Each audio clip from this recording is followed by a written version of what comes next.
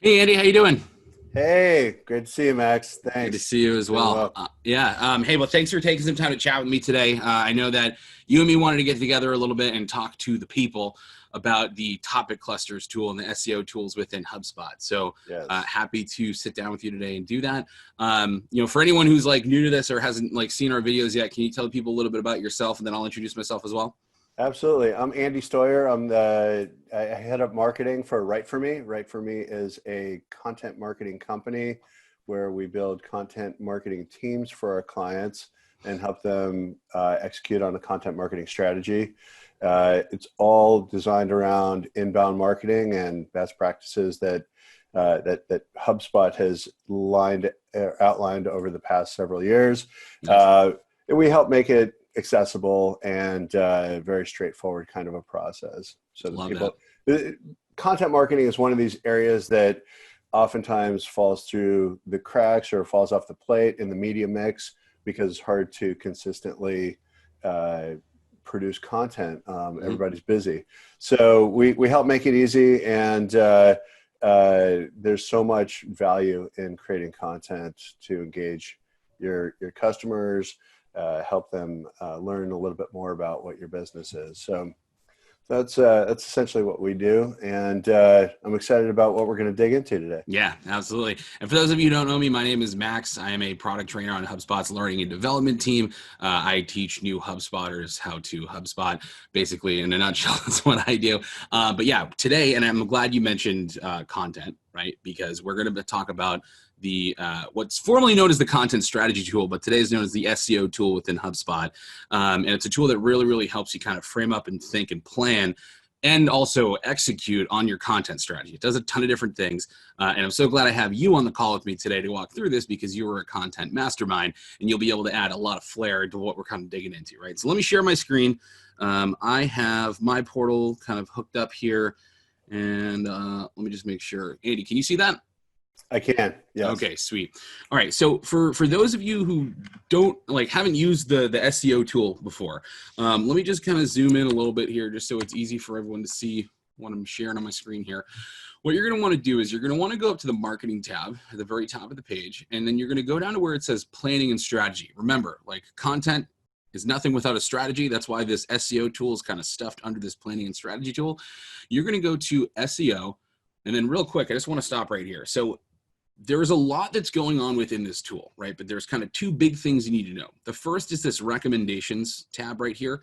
This is going to take a look at the domains that you have hooked up to your HubSpot portal, and it is going to give you search engine optimization recommendations. So if you need some like quick hit things on a few things that you can do to improve your search engine optimization across your site, you can click and view the recommendations here. I'll let you all figure that out on your own. What we're going to talk about today is the topic clusters tool. All right. Now, before we actually dive into the tool, Andy, I want to hear from you. When you are kind of coaching your customers through this idea of topics, how do you kind of introduce it to them? How do you, start that conversation off, and where do you try to lead them?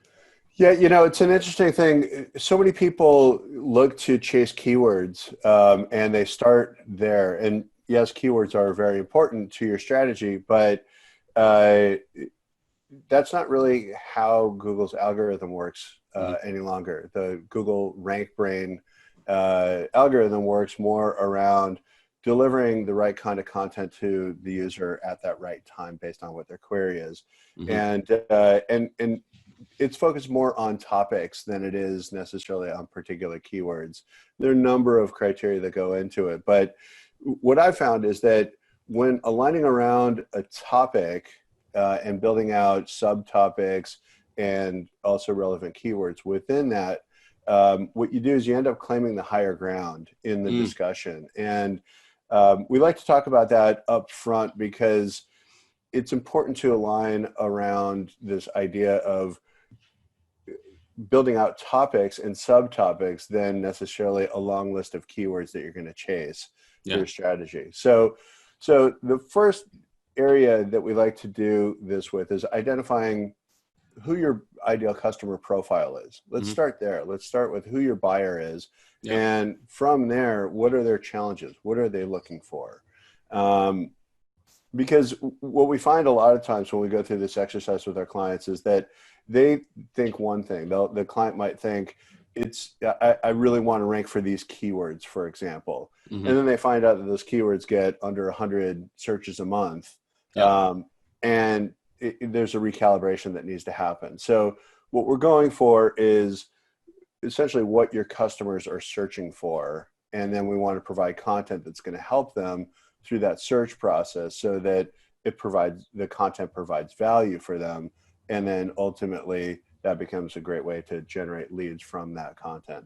Yeah. And so starting there is a really important orientation in this process. Yeah, I love that. You kind of touched on a thing that I always like to say in training, where you have to create what people are actually looking for, or else they don't have a reason to find you in the first place, right? Mm-hmm, that's right. So you really have to be thinking about your buyer persona, like you were saying, and really focusing on like what's going to add value to them. What are they actually searching for before they even know they need your product, before they even know, they have some sort of problem, right? You got to help them figure out what those problems are. A way that I like to approach this too, especially when I'm trying to explain it very quickly to someone who like doesn't kind of like understand like the idea of building things like around topics. What I always tell people is like, let's start with what you want to be known as an expert in general, right? Mm-hmm. Like, what do you want to be seen as the thought leader in? There's got to be 1, 2, maybe 3 kind of big themes around your content that you want to position yourself as a thought leader in, and start with that, right? So maybe we can, kind of take everything that we just talked about and go in and actually start building one of these topic clusters. Then we can talk about all the cool things it'll do once you have one set up, right? So the way you get started with this, everybody, is you're going to want to choose where it says research topics here, okay? Now, HubSpot is going to scan your site if you have the tracking code installed to try to get an understanding of like what your content is about, right? So here you can see it's suggesting some topics for my website, such as Apple devices, personal devices, Mac App Store, things like that. My original new hire project was about being a Mac and Apple consultant for hire, right? So it sees that stuff on my site and it wants to think, hey, maybe you want to be a thought leader around one of these topics. We're just going to go ahead and just put a general one in here for inbound marketing, right? So I'm going to go ahead and type in inbound marketing. Let's say that's the topic I want to be an expert on. And then we're going to hit done on the bottom right-hand corner. All right. Now, what happens when you do that is it provides you with this spider web, right? Now, Andy, when you have your customers kind of going into this for the first time and they see this and they go, oh my God, how do I make sense of this all? Like, what are the sound bites that you use? How do you coach them through it? Like, what's immediately going through your mind the second you sit down in front of a fresh one of these? Great question. Yeah, we talk a lot about, again, let's identify who your buyer personas are, and then what are they searching for? So if inbound marketing is the topic, because let's say that you're an agency specializing in inbound marketing, what are people looking for? They're looking for best practices in content marketing. What is inbound marketing? Lead generation, using inbound marketing for lead generation. Scaling my business. Looking for solutions to write content consistently. These are probably, so starting with the personas for inbound marketing, for example, probably marketing professionals, right? CMOs, VPs, directors of marketing, marketing managers. So thinking about getting in their mind a little bit and thinking about what are their challenges that they're faced with, building a content calendar, for example, getting tactical about these things. So taking this concept of inbound marketing and breaking it out into all these different subtopics is how we typically approach that with our clients. Yeah, right. So you're starting with this core topic in the middle, and then you're breaking it out into a number of different related things. Now, the one thing that I want to call out on this little interface here and what this tool is doing, this tool is doing like a million different things at once, which can kind of be overwhelming if you let it be overwhelming. But it's actually pretty simple. It's doing a couple things. One, it's helping you plan out your content, right? So thinking about what your core subject is and then what you're going to write about with those different related subtopics, right? But then it's also helping you organize like your pages and the structure of a lot of your content. And more importantly, telling you when it's all link together in the right way. And we're going to demonstrate that a little bit later on, because all of these lines mean something. All of these boxes mean something, okay? Let's start with this little thing in the middle, all right? So this little thing in the middle, this where it says attach content URL, this little box actually represents a web page on your site. And the one in the middle is specifically called a piece of pillar content, or sorry, a pillar page. I was choking as I said that. So the whole idea here is that you start your topic cluster by having this one central page that tells you kind of everything you need to know about a certain topic, right? Not a subtopic. It has information about those subtopics on the page, but it's sort of the ultimate mega page about this one specific topic that you're trying to talk about. The example I was going over with Andy earlier before we started that I like to use is like, think about whenever you search for just a general topic inside of Google, there's a certain website that comes up over and over and over again, and that's Wikipedia, right? So for example here, if I go and do a Google search for the word ants, all right, what'll happen is I'll find Wikipedia's page on the ant, the insect, the ant, right? And this is a page that tells you everything you need to know about the ant, all right? There's a lot: nest construction, ant navigation, ant food, relationships with other organisms. There's tons of information here about ants, right? But across Wikipedia, there's also plenty of pages on ant eaters, carpenter ants, ant hills, ant infestations, all these different things that have to do with ants. And in one way, shape, or form, all of those different ant-related pages link back to this page about ants, and vice versa, right? This is a classic example of a pillar page, and this is why Wikipedia performs so freaking well in search engines. Besides the fact that a lot of people link there and they have a ton of authority on things, their whole idea is structuring their content around pillar pages, right? So if we come back into here, what you want to think about is what's going to be our ant Wikipedia page about inbound marketing. Okay. Now I've built an example page here to kind of show you how this works, but let's assume for a second that we've already built a pillar page that has a ton of information that we plan on continuing to add to that has to do with inbound marketing. All right. I'm going to go ahead and attach a content URL here, and I'm going to search for pillar page because I built one and I have this pillar page example that I've created. All right. So it shows the page that I built here in HubSpot. You could, of course, add just another URL if you want to do that, but it's basically connected the page, and I'll see the internal page name here, right? So it says pillar page example. But the question is like, where do you actually go from here? So Andy, curious to hear your thoughts here, like in terms of like the order of stuff, right? If a customer were to ask you like, hey, once I kind of understand the topic that I want to go after, do I start by building a pillar page first? Do I start by writing blog content first? What's like the best order of operations and the way to go around it? Yeah. So what we do is we break out the topics into several subtopics. So actually, if you click the ant tab, I'll show you what I'm talking about. Mm-hmm. In this box right there where it says contents, that's what I'm talking about, is that you take this concept, whatever it is that you're talking about, and you unpack the subtopics that are related to it. So, you know, this is a perfect example of what you end up with through this exercise. So if it's inbound marketing, what we would do is we would take several subtopics around inbound marketing and unpack them in very much a structural kind of approach like this. Mm-hmm. And then each one of these numbers becomes a subtopic in the spider map that you showed before. Got it. Yeah. So like you're whiteboarding it basically at the beginning, and you're saying yes. Like, cool, here's the main topic. Before we do any work in HubSpot, let's write out what we think those subtopics are actually going to be, and then we go and add them into the tool. Is that That's what you're right. hearing? Cool. Yep. Yeah.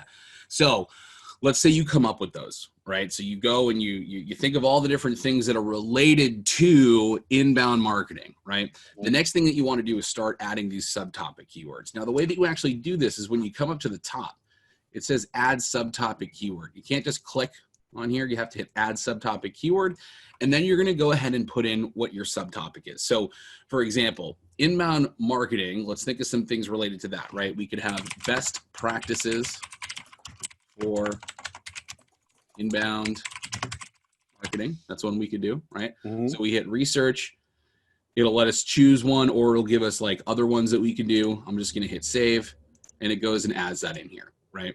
Now you can work your way around here. I can't remember the like total amount that you can add here, but you can add more than you see. It just starts to add like little spokes as you go along. There is a limit there. I'm not sure, Andy, are you familiar with the limit? I don't know. But you could put a lot in there. Yeah, There's you quite can bit put a in it. lot. I wouldn't. Yeah. Don't worry too much about the limit. And the other thing too is you don't want to put too many, because then you start to confuse the algorithm, and you don't want to do that. So, anyway, you have this subtopic attached now, right? And again, it's giving you the option to add your content URL here. Now, when you click on this, you can do a couple of things. One, you can either add some other website page that you already have built that's about this topic. You can search one of your existing HubSpot pages, or you can even create a post. The whole idea behind this, and you don't have to do it this way, but HubSpot kind of recommends that these are going to be blog posts on the edge. Not like HubSpot. HubSpot, the tool is kind of just assuming you're creating blog posts for all these, because this is like the quickest and easiest way to get this content out here. You don't have to just add blog posts to it, right? But it gives you the ability to create a new blog post right from here, all right? Mm-hmm. But what I'm going to do is I'm going to actually bring up an example page that I already had set up. So I'm going to bring up this blog post here that says pillar page blog post. Boom. All right. Now this is a blog post I already wrote inside of HubSpot. Okay. But I've basically said here, hey, blog post, your subtopic should be about whatever it is, this topic I just put in. So this blog post should theoretically be about best practices for inbound marketing. Mm-hmm. And what you'll see is now that I've actually posted the page on here and associated the page with the subtopic, this line here becomes red. What these lines represent are these pages linking together, okay? Now, this is really important for Google, because Google looks at the pages on your site. It looks at the structure of your site, and it tries to understand how all the content's related, right? So when it starts to pick up these pages that have a lot of other pages from your site linking to it, and it starts to analyze the words and the verbiage and the themes and what is actually like written on the pages, it starts to develop a much deeper understanding of what your content is actually about through this like topic cluster model. All right. So what we actually need to do here is we need to make sure these pages link to each other. Most importantly, we need to make sure that there's a link from the blog post to the actual pillar page, and then we'll see this red line turn to green, which is what we want. All right. Andy, what other this is, so like the way that I always kind of think about this is it's almost like an inbound linking strategy internally, mm-hmm. versus like an external inbound linking strategy to build authority, right? Yeah. So kind of like what are your thoughts on like best practices around that, and how, people should be thinking about what pages to link to and structuring all that? Yeah. So when writing for topics like this, what we recommend is you end up building out these subtopics, and then within each one of these subtopics, you're going to build several articles around each one of these subtopics to build density within that. Mm-hmm. One of the big benefits of approaching content marketing in the structural way is if one of these articles breaks out for whatever reason and gets, maybe people link to it more than others, or somebody picks it up and goes viral. Somebody, loves it in social media, whatever. What happens is that the whole topic has a rising tide lifts all boats kind of effect, because mm-hmm. you do this proper interlinking. So not only will that page get lift, but all the other pages that are linked to it, we see that tends to also get lift. Yeah. So that page gets more authority, and then links passed on from that page carry a much higher weight, thus lifting the other one. Correct. Yeah. And so that's part of the beauty of this structural approach, mm-hmm. In doing it this way. We recommend a few things. Interlinking through your website is key, and linking back to this pillar page is key. There are tools like related posts that you can use in your, if you use WordPress, for example. There's some, good plugins like that can surface up some content that way. Mm-hmm. Certainly using the tool here and creating your interlinking throughout this tool is also, we recommend doing a couple of those things. Sure. So let's actually show everybody like how we can get these pages linked up, right? So if we were to go now that we have like our structure set up, and obviously you would kind of work your way around here, adding subtopics as you go, so you have a good roadmap for the content that you actually need to create, right? That's the other reason I love this tool, is it helps you visualize your actual content strategy, which not a lot of tools help you do. Yes. Right? Besides just making sure it's linking and telling you how many views the keywords are getting. There's a lot going on here, right? But let's actually go and find this blog post and let's go edit it, right?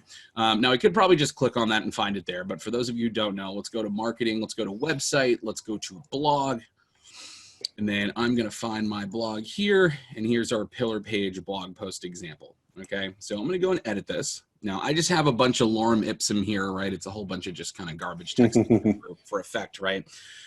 But here's the cool thing. Remember how before when we were in that content strategy tool and we created the subtopic for marketing or inbound marketing best practices, or best practices for inbound marketing, one of the two.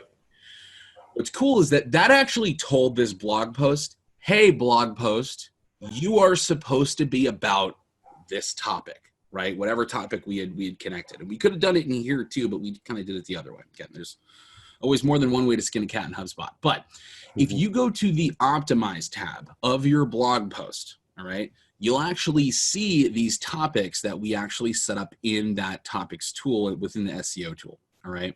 Now, if we kind of scroll down here, I got to find it because there's a lot of stuff in here.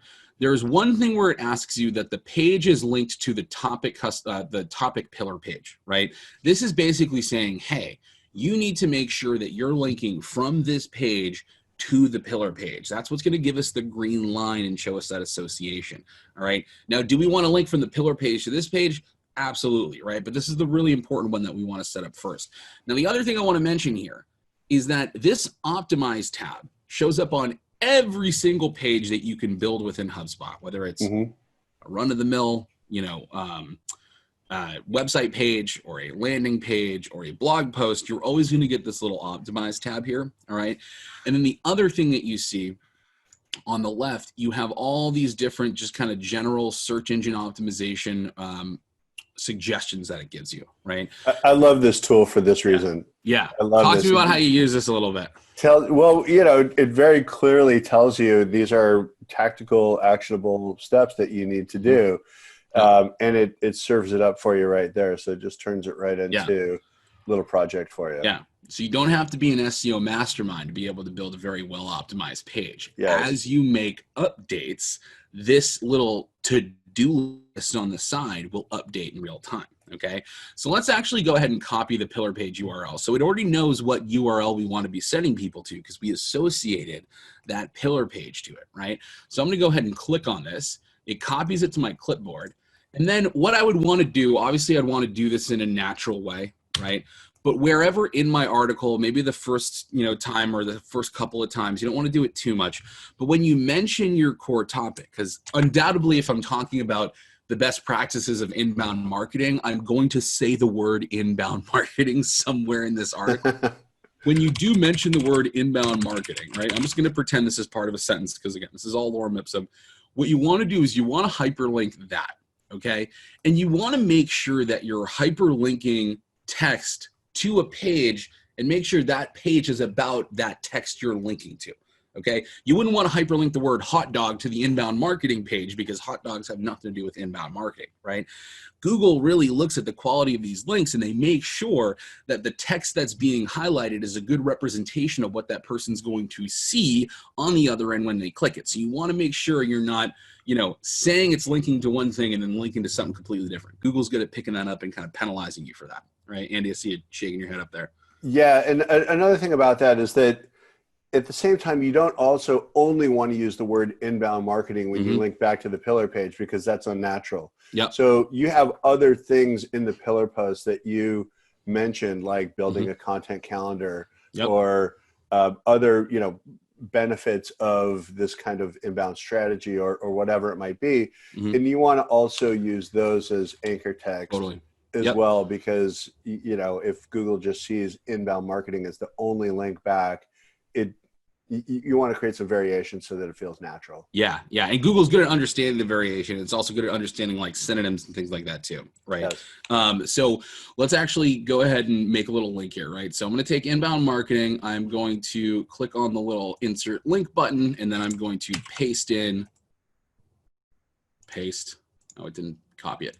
Let me go ahead and just find one of my pages here. So I'm going to choose my pillar page example, and I'm going to hit insert. Okay, so now we have a link on this page to the pillar page example, right? So I'm going to come back into optimize. I'm going to go down, and we can see that the page is linked to the pillar topic page. All right, so it sees that connection. All right, I'm going to go ahead and update this post here. Update blog post. There we go. And then what we're going to do is we're going to go back into planning and strategy, go into SEO, go to topics. We can go find our inbound marketing one, and bam, the line is green. So it sees that connection and it knows that we connected it all properly, right? So that's just kind of like one of the things that it's going to let you do. Andy, did you have anything you wanted to add here? The one last thing I wanted to show people was the reporting side of this, because the reporting stuff is pretty extraordinary.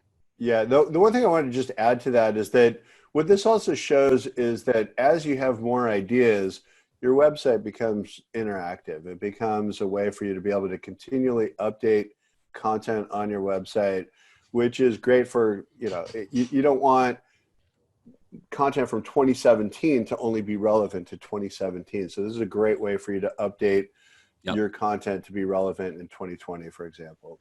What are your thoughts on like how people should be updating that pillar page as subtopics get added, right? So like, should it be, you have your general pillar page laid out at the beginning when you start, and maybe you have 2-3 blog posts in there. Mm-hmm. But, it's pretty common that people would continue adding subtopics to one of these topic clusters. Should they be, once they write the blog post, should they then go back to the pillar page and like add a blurb about that subtopic and link it back and think about restructuring it or adding to the table of contents? Yeah. Okay. Absolutely. Yeah. Because Google, when they recrawl your website, they go, oh, there's something new here that's relevant. And it starts to build more into the rank brain. So you want to be part of what we're doing with content marketing is we're being explicit to Google to say, this is what this page is about. Got it. And from there, all the domain authority and page authority, carries through. So absolutely. If you have more current information on that topic, go ahead and update it. Love that. Cool. So yeah, keep your pillar pages up to date as you continue to add subtopic content. That's like the biggest thing to think about. Yep. So now the last thing I want to show you here, all right, is the actual reporting that comes with this. So if you go into reports up on the top left or top right hand corner and go to the analytics tools, all right, there is a page called Traffic Analytics. And if you go into Traffic Analytics, what Traffic Analytics typically shows you is it's going to show you where your traffic's coming from, right? But what's really cool is like this first page is kind of showing you your entire website in general. But what you can actually do is you can just take a look at your topic clusters and see what content is coming from where. Now, I just set this one up and I don't have anything in there. But what's going to be happening is it's going to show you your topic cluster and then break down your traffic, your conversion rates, all that fun stuff based on those different topics that you have set up. So as people start to visit your site, through those pages, you'll see how those topic clusters are actually performing individually, right? So Andy, like, what are your thoughts around like how to measure the success of like these different topic clusters that you're building, and what are some things like people should be looking out for when they start to build these and start to measure their success going forward? Yeah, so one of the things in the SEO tool is that as you start typing in a particular topic or subtopic, it'll give you an idea of search volume that is related to that. And what you want to do is you want to identify what your goal is within that search volume. It's going to take some time for you to get there, but this is, I was going to suggest actually looking at this in your reporting, because this will start to tell you over time how the topic is performing.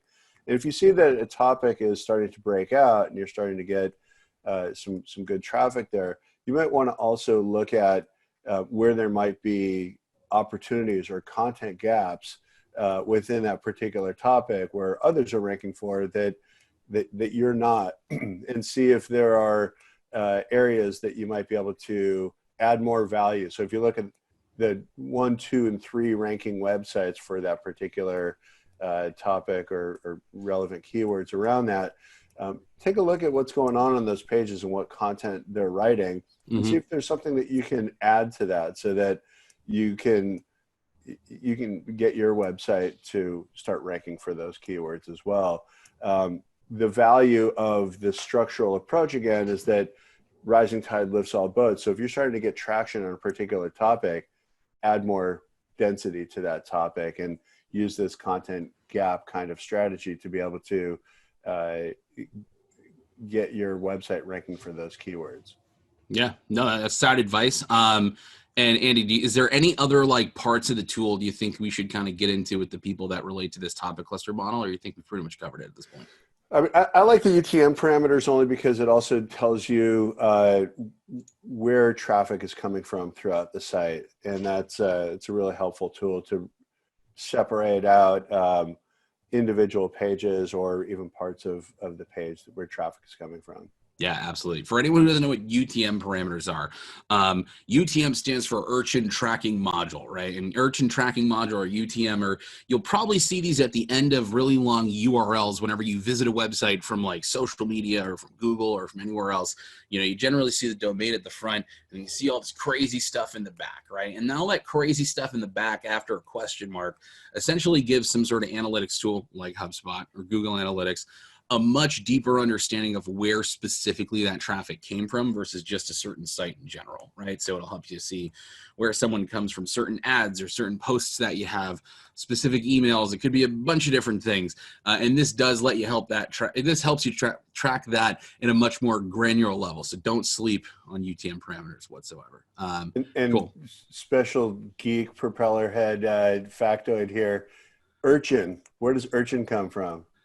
I thought Urchin wasn't Urchin the company that originally invented it and then they got bought by Google? That's the story I heard. Yep. Is that correct? That's originally Google Analytics. They acquired Urchin so Google Analytics came from Urchin. Yes. That's wild. I didn't know that. Yeah. That's really cool. Yeah. When did it become a standard? Like, doesn't every single like analytics system kind of understand it? Like the standard kind of set of parameters that are in there? Or? Yeah, now they do, because it's just become, it's become industry standard. But I think that was like 1997 or something, somewhere around there. Going back. They still have UTM in there. Love it. Yeah. Do you have any parting words for anyone who's like just getting started with this, but maybe they've it's like, we'll say someone who's doing it on their own, right? Yeah. They haven't really gotten anything. Maybe they've attempted content creation. Maybe they've started blogging a little bit, but they see this idea of topic clusters as this just big daunting task. What sort of advice do you have for that person just starting out with this stuff? Yeah, start really simply and open up a spreadsheet. Just start there. In the spreadsheet, identify who your profiles are. Start there. So let's say you have 3 profiles. You got a marketing director is one profile. You've got a CXO type of person, somebody in the executive management team who will release funds for a project like this, and then maybe you have a VP of marketing as your different profiles. So identify those profiles and who they are and what challenges each one of them have and what responsibility each one of them have. Who's managing the budget in this case, and really identify who these buyer personas are. Give them a name even. Start with the personas. I love it. Start with the personas, right? Because that's who you're writing content for. And then from there, think about what their challenges are. So if your topic is inbound marketing in this case, your customer profile is likely going to be marketing professionals. So, so what are their challenges? Where do they go for information? What are they looking for? Start to think about those kinds of things. Then within inbound marketing, as this example, think about that Wikipedia example. Unpack it, put it into an outline kind of view. What are the subtopics that support this kind of concept? And be open with it. Have an open mind, have it be like a really good brainstorm session, and put your ideas out onto that spreadsheet. Some of those ideas will naturally cluster together as topics and subtopics. Some will stand on their own as individual subtopics around inbound marketing. Yeah. And just simply go through that exercise as a first step, because it'll allow you to have some flexibility and freedom to be able to just write whatever comes to mind. And then go to Google and start doing some searches around some of these keywords, and see what's there. Look at who's ranking number 1, 2, 3, and 4, and look at their content. Even do on Apple, you do Command F or Control F to do a find on that page, and enter in that keyword and see how many times that keyword shows up on the page, for example, and what they're writing about. Do some of these tactical kinds of things to look at these pages that are ranking well, and why they're ranking well. And start there, and that'll give you some ideas to unpack the topics and subtopics that are relevant to your buyers. And then that naturally starts to you get have a little easier as you go along. You have a list really simply there, and then I would take that list and go into the HubSpot tool from there, and it'll start to return back to you what are the search volumes for those particular topics, and then you can start to work within the tool there. I got one more question for you, and this will be more for, I think, the advanced folks that have been building pillar pages already. When you think of the structure of the pillar page itself, I've seen two schools of thought around this. One is like, the page that also has all the information, right? So they almost have like little mini blog posts written about each one of the subjects, kind of like how we saw with the ant page, right? And then I've seen people who just like view the pillar page as like a table of contents page that is basically just like a link barn, if you will, to all the different pages that they have and linking back to like this one page. Like, what do you think is the best approach for like the content of the pillar page itself? Like, should there be a lot of words on that page, like about all those individual subtopics, or should it be very minimal and just like a table of contents with links? Like, is there a balance you want to strike? Like, what do you think about that? Yeah, so structurally, the way I think about this is I think about the pillar page as that initially table of contents kind of organization of your information. But a pillar page is typically 4,000, 5,000 word, kind of post. It's in depth. So, if you have 10 subtopics around a particular topic, and and you're writing 4,000, 5,000 word article, each one, you have room now to fill out the concept of what each one of those subtopics is all about. And so you can, the idea, again, you want to make content valuable for the reader, right? So that's what this is about. So it's not just going to be, a warehouse page of table of contents that doesn't have supporting context around what those what those subtopics are. You want to fill that out with some information. But the idea is, think of it like a teaser, like a little preview of what's going to happen with the subtopics, so that you break that out. When you start to write the subtopic articles, you can really get into some detail on those pages. But the pillar page on its own has value. It orients you around the topic, gives you some information, and enough depth of information that satisfies you at that moment. But it's a preview into more depth as you break that pillar page out. Because hopefully someone reads that preview, gets real interested in that subject, clicks on the link to go to the blog post, reads the blog post, hopefully fills out the call to action, fills out the form, clicks the call to action, fills out the form, becomes a lead, then they buy from you, right? So there's a long game here that we're trying to get to, for sure. That's right. Last thing before I let you go, what's the one biggest mistake that you see people make when it comes to topic clusters? They get keyword focused more than they do around topic focus. And so it's chasing keywords. And when you chase keywords, what you end up doing is you're never going to win when you chase keywords, because there's so many long tail variations of what a particular keyword is.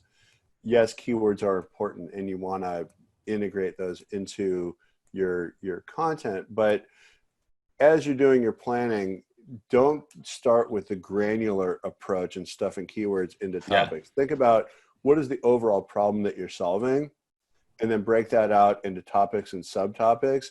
And then from there, identify keywords that support those topics and subtopics. Yeah. Oftentimes what we find is that when people miss the boat, they've jumped all the way to the very granular keyword level and then try to pack that into a topic. Yeah.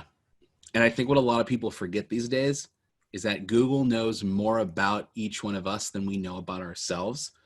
And when I Google search something and you Google search the same thing, there's no guarantee that the same thing is going to rank number one. Right. Because it knows we're very different people, right? So the idea of I rank number one for this keyword is no longer a thing, because it's like, okay, number one for who?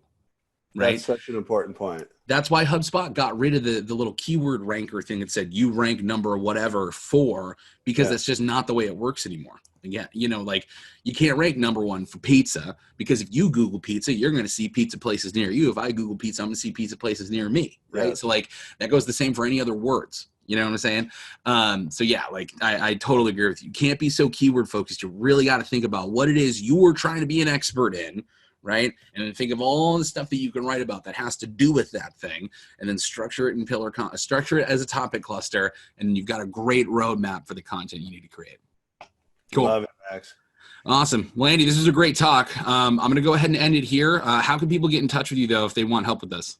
Yeah. Send me an email, andy@writeforme.io. Go to our website, writeforme.io. We've got a team of people that are happy to help you out. Cool. Awesome. Well, Andy, Right. I'll cut it out there. Have an awesome week, and I'll talk to you soon. Thanks Bye, everybody. So much, Max. Bye, everybody. Thank you.